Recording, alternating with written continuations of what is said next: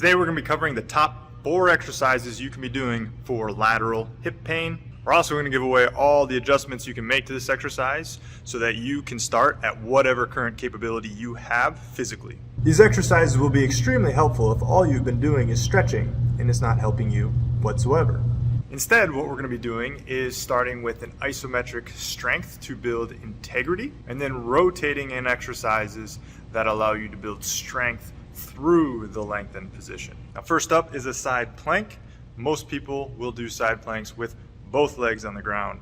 When you take away the top leg, it becomes exponentially harder to maintain that position, and it forces your glute med and all the other lateral hip structures to work that much harder and build that much more integrity into your hip.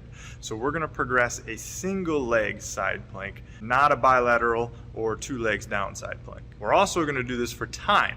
So your goal is to eventually be able to hold this for 1 minute in duration for 3 full sets. Now, eventually that might get easy for you. And when that does, then what we can do is add further challenge by adding weight or load. And you're still trying to start at a minimum 30 seconds, work all the way up to a minute, and then once you can get to a minute, time to up the load. Then recycle and repeat that process. Now that's just for the lateral hip. We're also going to build the inside hip musculature, the adductors. So we have a nice ratio of strength on the inside and the outside of the hip for maximum integrity. The same concept will apply to this as well too. 30 seconds as a minimum, minute as the maximum, and you're going to progress that with load over time once that gets easy. So that's 2 exercises that you already have that you need to rotate through your program to build integrity around your hip.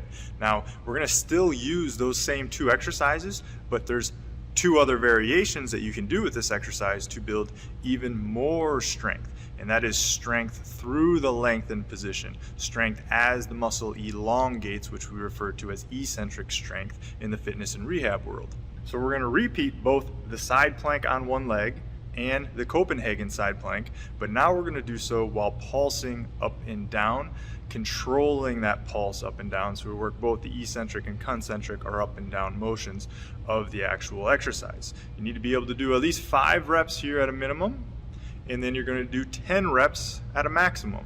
If you can do 10 reps, you need to start upping the load or upping the lever arm to make it more challenging to increase the load that you place on your hip to keep demanding more and more progress out of your hip integrity.